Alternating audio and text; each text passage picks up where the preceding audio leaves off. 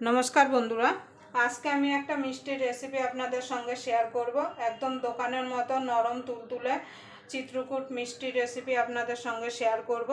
तार जोन्नो एखाने आमी निये नियेछि 200 ग्राम छाना।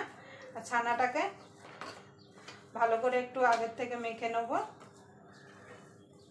आमी छानाटाके दूधटाके जाल दिए ভিনেগার দিয়ে কাটিয়ে নিয়েছি। আপনারা চাইলে পাতি লেবু দিয়ে কিংবা ছানা কাটা পাউডার দিয়েও কিন্তু ছানাটা কাটিয়ে নিতে পারেন, কিন্তু যতটা ভিনেগার দেবেন ততটাই কিন্তু জল দিতে হবে।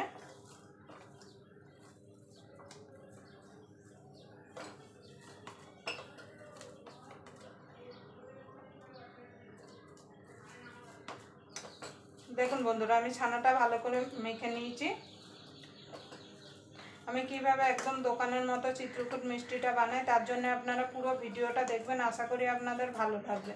যদি এই চিত্রকূট মিষ্টির রেসিপিটা আপনাদের ভালো লেগে থাকে তাহলে অবশ্যই একটা লাইক করে দেবেন, আর আমার চ্যানেলে নতুন বন্ধু হয়ে থাকলে অবশ্যই চ্যানেলটা সাবস্ক্রাইব করে আমার পাশেই থাকবেন, আর পাশের বেল আইকনটা অবশ্যই বাজিয়ে দেবেন আমি যখন কোনো নিত্য নতুন রেসিপি আপলোড করব সবার আগে পাওয়ার জন্য। দেখুন আমি ছানাটা ভালো করে মেখে নিয়েছি।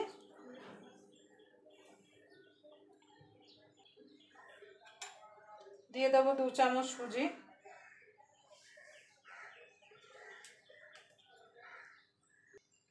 দিয়ে দেবো 3 চামচ মতো ময়দা। যে কোনো ভাজা জিনিসে কিন্তু ময়দাটা একটু বেশি দিতে হয়। কে কে এরকম ভাজা মিষ্টি খেতে পছন্দ করেন অবশ্যই কমেন্ট বক্সে জানাতে ভুলবেন না। আমার তো যে কোনো মিষ্টি খেতে খুবই ভালো লাগে। বলতে গেলে আমি একদম মিষ্টির পোকা। ভালো করে মেখে নেব।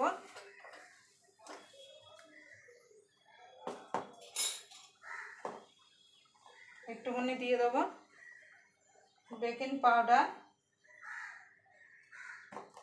আমি এখানে বেকিং পাউডার দিচ্ছি, আপনাদের কাছে যদি বেকিং সোডা থাকে সেটাও দিয়ে দিতে পারেন, কিন্তু একদম 1 চিমটি দেবেন, বেশি দেবেন না। এবার ভালো করে মেখে নেব।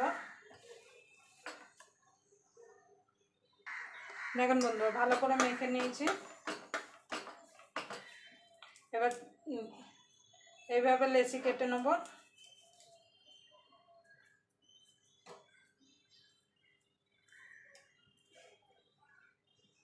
দেখুন বন্ধুরা এইভাবে লেচি কেটে আমি এরকম গোল করে নিয়েছি। একটা ছুরি নিয়েছি, ছুরির সাহায্যে এইভাবে আমি দুপাশ কেটে নেব, চারপাশ এইভাবে কেটে নেব। কেটে চিত্রকূটে মানে শেপ দিয়ে নেব। দেখুন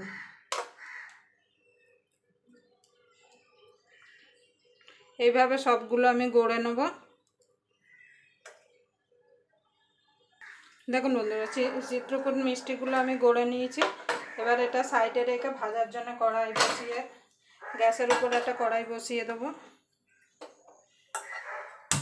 এবার কড়াইটা গরম হওয়া পর্যন্ত অপেক্ষা করব। দেখুন বন্ধুরা কড়াই হয়ে গেছে, আমি তেল দিয়ে দিয়েছি কড়াইতে। খুব বেশি কিন্তু তেল গরম করা যাবে না, তাহলে কিন্তু দিতে দিতেই কিন্তু পুরো উপরটা পুড়ে যাবে আর ভেতরটা কাঁচা থাকবে। দেওয়ার সঙ্গে সঙ্গে যখন দেখবেন এরকম বুটবুটে উঠছে তাহলে জানবেন তেলটা ঠিক আছে।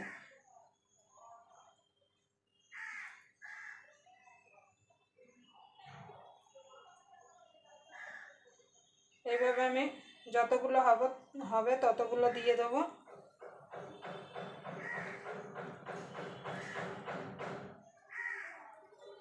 গ্যাসটা কিন্তু লো টু মিডিয়ামে রাখতে হবে, জোরে দিলে কিন্তু হবে না।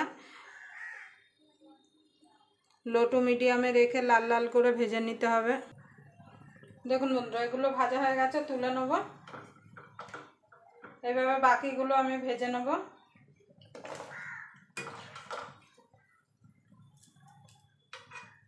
আমি লাল লাল করে ভেজে নিয়েছি। দেখুন বন্ধুরা সবগুলো ভাজা হয়ে গেছে। এবার তুলে নেব।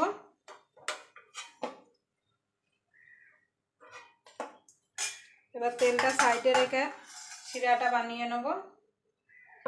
তার জন্য আর একটা কড়াই বসিয়ে দেব। কড়ার মধ্যে দিয়ে দেবো 200 গ্রাম চিনি আর 200 গ্রাম জল, মানে যতটা চিনি ততটা জল।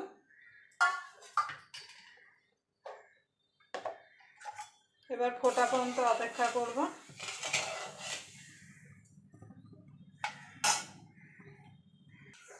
দেখুন বন্ধুরা, চিনি শিরাটা ফুটে গেছে, দিয়ে দিলাম 2টা এলাচ। এবার আপনারা বুঝবেন কি করে, একটুখানি চিটচিটে হলেই জানবেন চিনির শিরাটা হয়ে গেছে। আমার আর একটু হবে। দেখুন বন্ধুরা, আমার চিনির শিরাটা হয়ে গেছে, চিটচিটে হয়ে গেছে, তার মানে আমার চিনির শিরাটা হয়ে গেছে। এবার মিষ্টিগুলো দিয়ে দেবো।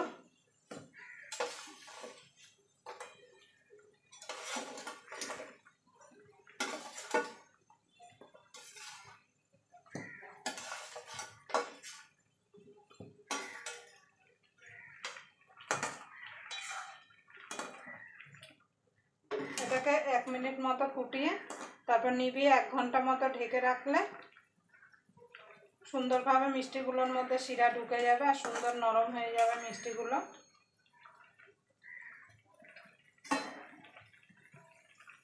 দেখুন বন্ধুরা, 1 মিনিট আমি ফুটিয়ে নিয়েছি। এবার গ্যাসটাকে নিভিয়ে দেবো। নিভিয়ে এটাকে 1 ঘন্টার জন্য আমি ঢাকা দিয়ে রেখে দেবো। 1 ঘন্টা পরে আপনাদের সঙ্গে দেখা হবে।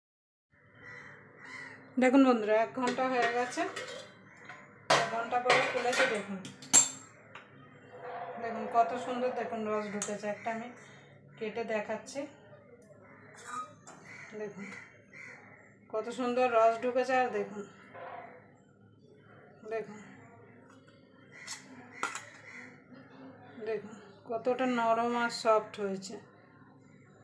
আপনারা দোকান থেকে না কিনে এইভাবে খুব সহজেই বাড়িতে বানিয়ে ফেলতে পারেন চিত্রকূট মিষ্টি।